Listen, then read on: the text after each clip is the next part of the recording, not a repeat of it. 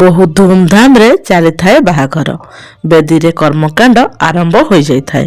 କିନ୍ତୁ ଅଧାରୁ ଉଠି ଛିଡ଼ା ହୋଇଗଲେ ଇଞ୍ଜିନିୟର ବର। ଯେତେବେଳେ ଅଧାରୁ ବର ଉଠିଗଲେ ସମସ୍ତେ ସବୁ ଦେଖିକି ଚମକି ପଡ଼ିଲେ। ପଚାରୁ ପଚାରୁ ବର କହିଲେ, ମୁଁ କହିଥିବା ହିସାବରେ ମୋତେ ଏପର୍ଯ୍ୟନ୍ତ କାର୍ ଦିଆଯାଇନାହିଁ। ମୁଁ ବାହା ହେବିନି। ବରର ଏ କଥା ଶୁଣିବା ପରେ କଥା ବଢ଼ିବାକୁ ଲାଗିଲା। ଯେତେ ଯିଏ ବୁଝେଇଲେ ବି ବର ବୁଝିଲେନି। ବର ସିଧା ସିଧା ସମସ୍ତଙ୍କ ମୁହଁରେ କହିଲେ, ଯଦି କାର୍ ଆଣିନାହଁ ତେବେ ମୋତେ ଚେକ୍ ଦେଇଦିଅ, ମୁଁ ନିଜେ କାର୍ କିଣିନେବି। ଏସବୁ ଭିତରେ ଅଧାରୁ ବାହାଘର ଅଟକି ଗଲା। ବହୁତ ସମୟ ଯାଏ ବରର କନ୍ୟା ବି ତାଙ୍କ ସହିତ ଯୁକ୍ତିତର୍କ କରୁଥିବା ଶୁଣିବା ପରେ ଆଉ ରହିପାରିଲେ ନାହିଁ। କନ୍ୟା ସିଧା ରୁମ୍ ଭିତରୁ ଉଠି ଆସି ବର ସାମ୍ନାରେ ଛିଡ଼ା ହୋଇଗଲେ। ଆଉ ବର ଗାଲରେ ଜୋରରେ ଏକ ଚାପୁଡ଼ା ମାରିଲେ। ବହୁତ ହୋଇଗଲା। ତୁମ ପରି ଯୌତୁକ ଲୋଭୀ ମଣିଷକୁ ମୁଁ କେବେ ବି ବାହା ହେବିନି। ଯେତେ ଶୀଘ୍ର ପାରୁଛ ଏଠୁ ମୁହଁ ଲୁଚେଇ ବରଯାତ୍ରୀ ନେଇ ମୋ ଘରୁ ପଳାଅ। ବେଜିତ୍ କରି ତଡ଼ିଦେଲେ ବରକୁ କନ୍ୟା। ଠିକ୍ ଏସବୁର 4 ବର୍ଷ ପରେ ସେହି ପୁଅ ଯେତେବେଳେ ଗୋଟେ କମ୍ପାନୀକୁ ଇଣ୍ଟରଭ୍ୟୁ ଦେବାକୁ ଯାଇଥିଲେ, ଯେମିତି ଇଣ୍ଟରଭ୍ୟୁ ରୁମ୍କୁ ପ୍ରବେଶ କରିଛନ୍ତି ସାମ୍ନାରେ ଥିବା ଝିଅକୁ ଦେଖି ଚମକି ପଡ଼ିଲେ। କାରଣ ସେ ତ ଏକ ଭିନ୍ନ ପରି କାହାଣୀ। କାହାଣୀଟିକୁ ଶେଷ ପର୍ଯ୍ୟନ୍ତ ଶୁଣନ୍ତୁ, ଆପଣମାନଙ୍କୁ ନିଶ୍ଚୟ ଭଲ ଲାଗିବ। ଏକ ସତ ଘଟଣାଟି ଘଟିଛି କଟକର ଚୌଦ୍ୱାର ଅଞ୍ଚଳରେ। ସେଠି ରହୁଥିଲେ ପ୍ରୀତିଙ୍କ ପରିବାର। 2 ଭଉଣୀ, ଗୋଟେ ଭାଇ, ବାପା ମାଙ୍କୁ ନେଇ ପ୍ରୀତିଙ୍କ ପରିବାର। ପ୍ରୀତିଙ୍କ ବାପା ଜଣେ ଛୋଟ ମୋଟ ବ୍ୟବସାୟୀ ଥିଲେ। ଆଉ ସେତିକିରେ ଯେତିକି ବି ଇନକମ୍ ହେଉଥିଲା ତାଙ୍କ ପରିବାର ଚଳିଯାଉଥିଲା। ଭଉଣୀ ବଡ଼ ଥିଲେ। ପ୍ରୀତି ରାଉରକେଲାରେ MBA କରୁଥିଲେ। ପ୍ରୀତି ବହୁତ ଭଲ ପାଠ ପଢ଼ୁଥିଲେ। ତାଙ୍କ ଭାଇ ସମସ୍ତଙ୍କ ଠାରୁ ସାନ ଥିଲେ। ଏହିଭଳି ଭାବରେ ତାଙ୍କର ସଂସାର ଚାଲିଥାଏ। ଥରେ ପ୍ରୀତିଙ୍କ ପରିବାର ତାଙ୍କ ପିଉସୀଙ୍କ ଝିଅ ବାହାଘରରେ ଯୋଗ ଦେବା ପାଇଁ ଯାଇଥିଲେ। ସେଠିକୁ ରାଘବ ମଧ୍ୟ ଆସିଥିଲେ। ରାଘବ ପ୍ରୀତିଙ୍କ ପିଉସୀ ଝିଅଙ୍କ ସମ୍ପର୍କୀୟ ଥିଲେ। ରାଘବ ଯେତେବେଳେ ପ୍ରୀତିଙ୍କୁ ଦେଖିଲେ ସେତେବେଳେ ପସନ୍ଦ କରିଥିଲେ। ସେ ଭଲ ପାଠ ପଢ଼ିବା ସହିତ ବହୁତ ସୁନ୍ଦର ଥିଲେ। ରାଘବ ପ୍ରୀତିଙ୍କ ସହିତ କଥା ହେବା ପାଇଁ ଚେଷ୍ଟା କଲେ, ହେଲେ ପ୍ରୀତି ଧରାଛୁଆଁ ଦେଲେ ନାହିଁ। ବାହାଘର ଉତ୍ସବ ସରିଗଲା। ସମସ୍ତେ ସମସ୍ତଙ୍କ ଘରକୁ ଚାଲିଗଲେ। କିଛି ଦିନ ପରେ ପ୍ରୀତିଙ୍କ ପିଉସୀ ରାଘବଙ୍କ ଘର ପ୍ରସ୍ତାବ ନେଇ ପ୍ରୀତିଙ୍କ ଘରକୁ ଆସିଲେ। ପ୍ରୀତିଙ୍କ ବାପା ସୁରେଶ ବାବୁଙ୍କୁ ପ୍ରସ୍ତାବଟି ଠିକ୍ଠାକ୍ ଲାଗିଲା। କାରଣ ରାଘବ ଜଣେ ଇଞ୍ଜିନିୟର ଥିଲେ ଆଉ ବହୁତ ଶିକ୍ଷାଗତ ପରିବାରର ଥିଲେ। ସୁରେଶ ବାବୁ ତାଙ୍କ ଭଉଣୀଙ୍କୁ କହିଲେ, ହଉ ଠିକ୍ ଅଛି, ତାଙ୍କୁ ଝିଅ ଦେଖିବା ପାଇଁ ଆସିବାକୁ କହ। ହେଲେ ଆସିବା ଆଗରୁ କହିବୁ କି ମୁଁ ଯୌତୁକ ବେଶୀ କିଛି ଦେଇପାରିବି ନାହିଁ। କାରଣ ମୋର ସବୁ କିଛି ପଇସା ଘରର ଖର୍ଚ୍ଚ ଆଉ ପିଲାମାନଙ୍କ ପଢ଼ାପଢ଼ିରେ ଲଗାଇ ଦେଇଛି। ମୋ ପାଖରେ ସେମିତି କିଛି ବେଶୀ ଟଙ୍କା ପଇସା ନାହିଁ ଯେ ମୁଁ ଯୌତୁକ ଦେଇପାରିବି। ଏ କଥା ଶୁଣି ସାରିବା ପରେ ପୁଅ ଘରର ଲୋକ କହିଲେ, ହଁ, କିଛି କଥା ନାହିଁ, ଆମର କିଛି ବି ଟଙ୍କା ପଇସା ଦରକାର ନାହିଁ। ତାପରେ 2 ପରିବାର ସହମତି ହୋଇଗଲା। ପ୍ରୀତି ବି ରାଘବଙ୍କ ସହିତ କଥା ହେବା ପରେ ତାଙ୍କୁ ପସନ୍ଦ କରିନେଲେ। ଆଉ ରାଘବଙ୍କ ସହିତ ମିଶିଯିବା ପରେ ପ୍ରୀତି ବି ଆଉ ଥରେ କହିଦେଲେ କି ଆମ ଘର ତୁମକୁ କିଛି ଯୌତୁକ ଦେଇପାରିବେନି। କାରଣ ଆମ ସମସ୍ତଙ୍କ ପାଠପଢ଼ା ସହିତ ଘରର ଖର୍ଚ୍ଚ କରି କରି ବାପାଙ୍କ ପାଖରେ ଆଉ କିଛି ବି ଜମା ପୁଞ୍ଜି ନାହିଁ। ରାଘବ କଥା ଶୁଣି ସାରିବା ପରେ କହିଲେ, ମୋର କିଛି ବି ଦରକାର ନାହିଁ ପ୍ରୀତି, ମୋର କେବଳ ତୁମେ ଦରକାର। ଏମିତି ସମୟ ବିତୁଥିଲା। ବାହାଘର ଦିନ ବି ପାଖେଇ ଆସୁଥାଏ। ଦିନେ ପ୍ରୀତିଙ୍କ ଭାଇ ପିଣ୍ଟୁ ବାଇକ୍ ନେଇ କୁଆଡ଼େ ଯାଇଥିଲେ। ଦୁର୍ଘଟଣା ହୋଇଗଲା। ସାଙ୍ଗେ ସାଙ୍ଗେ ତାଙ୍କୁ ହସ୍ପିଟାଲ ନେଇଗଲେ। ପ୍ରୀତିଙ୍କ ବାପା ବି ସବୁ କାମ ଛାଡ଼ି ହସ୍ପିଟାଲରେ ପହଞ୍ଚିଗଲେ। ପିଣ୍ଟୁଙ୍କ ଘର ଲୋକ ବି ସମସ୍ତେ ଆସି ହସ୍ପିଟାଲରେ ପହଞ୍ଚିଲେ। ସେଇଦିନ ରାକ୍ଷୀ ବନ୍ଧନ ଥିଲା। ପିଣ୍ଟୁ କାମ ସାରି ବାଇକ୍ରେ ଫେରୁଥିଲେ। ପରିବାରର ଲୋକ ହସ୍ପିଟାଲରେ ପହଞ୍ଚିବା ବେଳକୁ ICUକୁ ନେଇଯାଇଥିଲେ ପିଣ୍ଟୁଙ୍କୁ। ପିଣ୍ଟୁଙ୍କର ଚିକିତ୍ସା ଚାଲିଥାଏ। ଟଙ୍କା ଯେମିତି ପାଣି ସୁଅ ପରି ଖର୍ଚ୍ଚ ହେଉଥାଏ। ପ୍ରୀତିଙ୍କୁ ମାମୁଁ ଘର ଲୋକ କାର୍ ଦେବା ପାଇଁ ଯେଉଁ ଟଙ୍କା ଦେଇଥିଲେ ସେ ଟଙ୍କା ପୁଅ ପିଛରେ ଖର୍ଚ୍ଚ ହୋଇଯାଇଥିଲା। ପିଣ୍ଟୁଙ୍କୁ ଭଲ ହେବା ପାଇଁ ପୁରା 1 ମାସ ଲାଗିଲା। ଆଉ ଭଲ ହେବା ପାଇଁ ଏତେ ଟଙ୍କା ଖର୍ଚ୍ଚ ହୋଇଯାଇଥିଲା ଯେ ବାପା ତାଙ୍କ ନିଜ ଜମି ବି ବିକି ଦେଇଥିଲେ। ପ୍ରୀତିଙ୍କ ପରିବାର ପୁରା କାଙ୍ଗାଳ ହୋଇଯାଇଥିଲେ।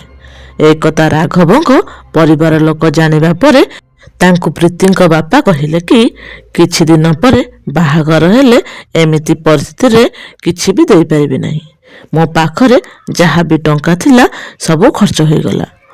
ଦେବାକୁ ବି ଯାହା ଭାବିଥିଲି ଆଉ ଦେଇପାରିବିନି। ହେଲେ ରାଘବଙ୍କ ପରିବାର କହିଲେ ଠିକ୍ ଅଛି, ଆମକୁ ବି କିଛି ଦରକାର ନାହିଁ। କିଛି ଦିନ ବିତିଗଲା। ରାଘବଙ୍କ ମାମୁଁ ଘର ଏ ପ୍ରସ୍ତାବକୁ ନେଇ ମତାନ୍ତର କଲେ। ମାନେ ରାଘବଙ୍କ ବାପା ମାଙ୍କ ଆଗରେ ସବୁବେଳେ କହିଲେ ଯେ ଭଣଜା ପାଇଁ ଆହୁରି ବହୁତ ଭଲ ପ୍ରସ୍ତାବ ଅଛି। ସେମାନେ ଭଣଜାକୁ ଜମି ସହିତ ଘର, କାର୍, ନଗଦ ଟଙ୍କା ଦେବା ପାଇଁ ବି ରାଜି ଅଛନ୍ତି। ତା ସହିତ ଝିଅ ବି ଚାକିରି କରିଛି, ବହୁତ ସୁନ୍ଦର ବି ଦେଖିବାକୁ। ତୁମେ ଏଠୁ ଏ ବାହାଘର ପ୍ରସ୍ତାବ ଭାଙ୍ଗି ନିଅ। ଏତେ କଥା ସବୁ ଶୁଣିବା ପରେ ରାଘବଙ୍କ ମନରେ ଲୋଭ ଆସିଗଲା। ହେଲେ ସେ ପ୍ରୀତିଙ୍କୁ ପସନ୍ଦ କରୁଥିଲେ। ସତ ଆଉ ପ୍ରତିଶ୍ରୁତି ବି ଦେଇଥିଲେ କିଛି ବି ଜିନିଷ ତାଙ୍କ ବାପଘରଙ୍କ ଠାରୁ ଯୌତୁକ ନେବେନି ବୋଲି। ହେଲେ ଲୋଭ ତାଙ୍କୁ ଏକଦମ ଗ୍ରାସ କରିଦେଲା। କଥାରେ ଅଛି ବା, ଲୋଭ ଯାହାକୁ ଗ୍ରାସ କରେ ତାକୁ କିଛି ବି ଦେଖାଯାଏନି। ସେ ପ୍ରୀତିଙ୍କ ପାଖକୁ ମେସେଜ କଲେ କି ମୋର ଏ ବାହାଘରରେ କିଛି ସମସ୍ୟା ନାହିଁ, କିନ୍ତୁ ମୋର ସାଙ୍ଗସାଥି ବନ୍ଧୁବାନ୍ଧବ କହୁଛନ୍ତି ଯେ ତୋ ସାଙ୍ଗମାନେ ତ ବାହା ହୋଇ କେତେ କିଛି ଆଣିଛନ୍ତି, ଆଉ ତୁ ଯଦି ସେମିତି ବାହା ହୋଇଯିବୁ ତାହେଲେ ତୋର କିଛି ବି ସମ୍ମାନ ରହିବ ନାହିଁ। କିଛି ନହେଲେ ବି ଗୋଟେ କାର୍ ଦେବା ପାଇଁ ତାଙ୍କ ଘରକୁ କୁହ। এই କଥା ଶୁଣିବା ପରେ ପ୍ରୀତିଙ୍କ ସହିତ ତାଙ୍କ ବାପା ବି ବହୁତ ବ୍ୟସ୍ତ ହୋଇପଡ଼ିଲେ। ପ୍ରୀତିଙ୍କ ବାପା କହିଲେ ଠିକ୍ ଅଛି, ମୁଁ ରାଘବଙ୍କ ସହିତ କଥା ହେବି। ରାଘବଙ୍କ ସହିତ ପ୍ରୀତିଙ୍କ ବାପା କଥା ହେବା ପରେ ରାଘବ ବିଲକୁଲ କିଛି ବି ଶୁଣିଲେନି କି ମାନିଲେନି। ଶେଷରେ ବାଧ୍ୟ ହୋଇ ତାଙ୍କୁ ଗୋଟେ କାର୍ ଦେବେ ବୋଲି ପ୍ରୀତିଙ୍କ ବାପା ରାଜି ହୋଇଗଲେ। ବାହାଘର ପାଖେଇ ଆସିଲା।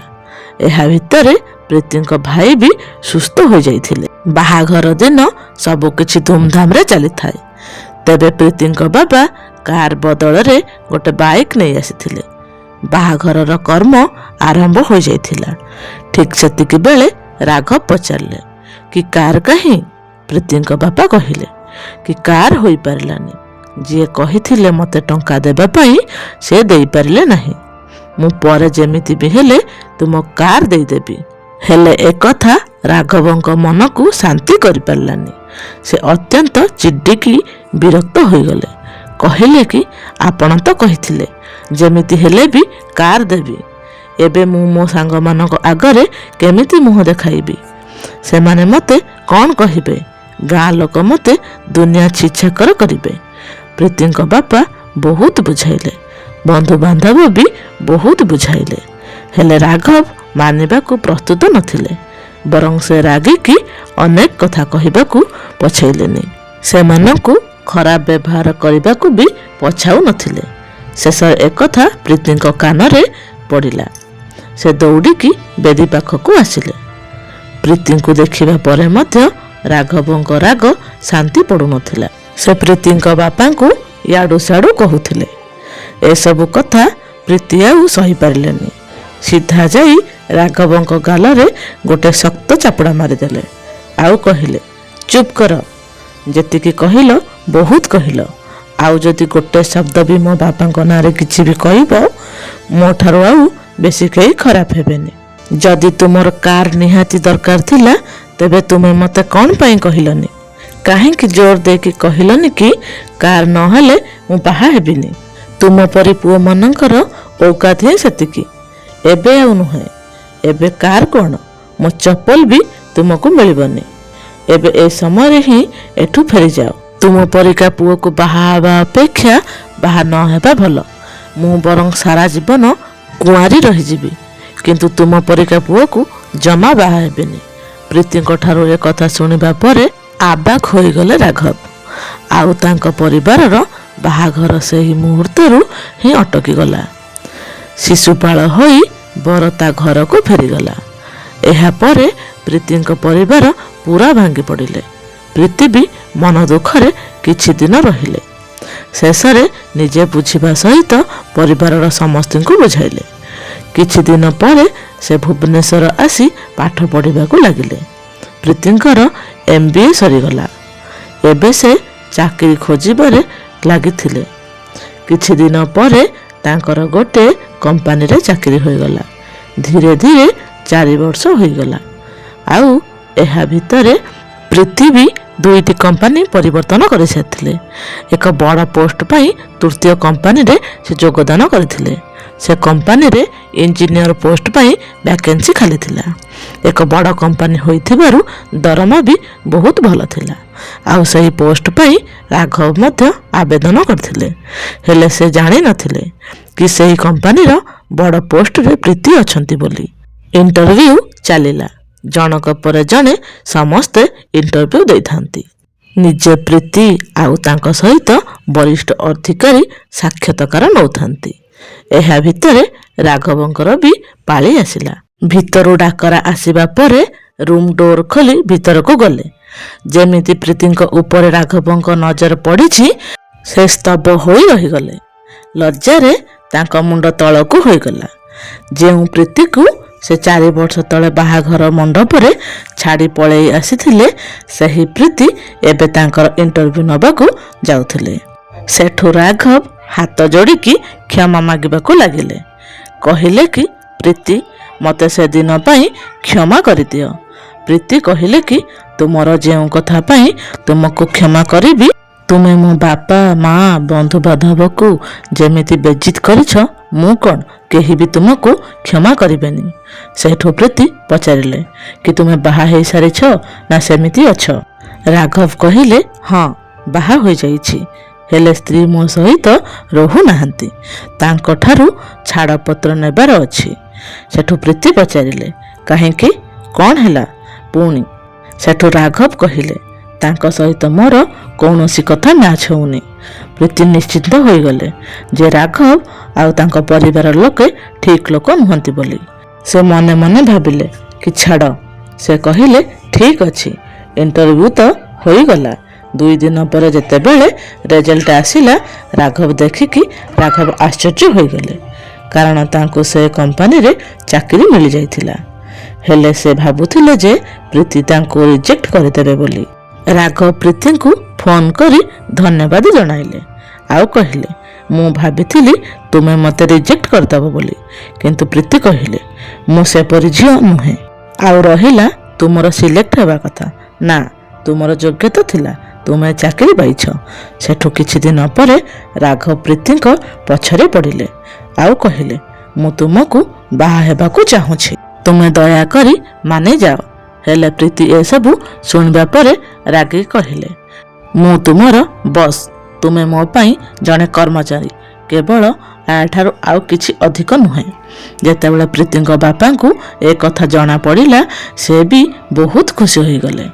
ସେ ମନରେ ଭାବିଲେ ଯେଉଁ ପୁଅ ଦିନେ ମୋ ଝିଅକୁ ବାହା ନ ହୋଇ ଚାଲିଯାଇଥିଲା, ସେହି ପୁଅ ଆଜି ମୋ ଝିଅ ଅଧୀନରେ ଚାକିରି କରୁଛି। ରାଘବ ଯେମିତି ପ୍ରୀତିଙ୍କ ପଛରେ ପଡ଼ିଯାଇଥିଲେ। ଯେଉଁଠି ଦେଖିଲେ ପ୍ରୀତିଙ୍କୁ ମନାଇବା ପାଇଁ ବହୁତ ଚେଷ୍ଟା କରୁଥିଲେ। ଏ କଥା ଯେତେବେଳେ ସୀମା ପାର ହୋଇଗଲା, ପ୍ରୀତି ବି ରାଗିଲେ।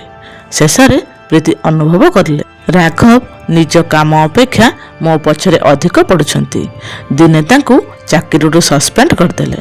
ରାଘବଙ୍କ ବ୍ୟବହାର ଠିକ୍ ନାହିଁ ବୋଲି ଦର୍ଶାଇ କମ୍ପାନୀରୁ ବାହାର କରିଦେଲେ। ରାଘବ ପ୍ରୀତିଙ୍କ ଆଗରେ ହାତ ଯୋଡ଼ିଲେ। ଆଉ କହିଲେ ମୋତେ କ୍ଷମା କରିଦିଅ, ଚାକିରିରୁ କିନ୍ତୁ ବାହାର କରନି। ହେଲେ ପ୍ରୀତି କହିଲେ ଆଉ ନୁହେଁ, ଯଦି ଚାକିରି କଥା ତାହେଲେ ଅନ୍ୟ କେଉଁ କମ୍ପାନୀରେ ମୁଁ ତୁମ ପାଇଁ ସୁପାରିଶ କରିଦେବି, ହେଲେ ଏ କମ୍ପାନୀରେ ଆଉ ନୁହେଁ। ରାଘବଙ୍କ ଶତ ଚେଷ୍ଟା ପରେ ବି ପ୍ରୀତି ମୁହଁ ବୁଲାଇ ଦେଇ ପଳେଇଲେ। ସେହି ଦିନରୁ ରାଘବ ଯାଇଛନ୍ତି ଯେ ଆଉ ପ୍ରୀତିଙ୍କୁ ମୁହଁ ଦେଖାଇ ନାହାନ୍ତି। ଯଦି ଆପଣଙ୍କୁ ମୋ କାହାଣୀଟି ଭଲ ଲାଗିଥିବ, ନିଶ୍ଚୟ ଲାଇକ୍, ସେୟାର, ସବସ୍କ୍ରାଇବ୍ କରିଦେବେ। ଆପଣଙ୍କ ମତାମତ କମେଣ୍ଟ ବକ୍ସ ମାଧ୍ୟମରେ ଜଣାଇବେ। ରହିଲି, ଜୟ ଜଗନ୍ନାଥ।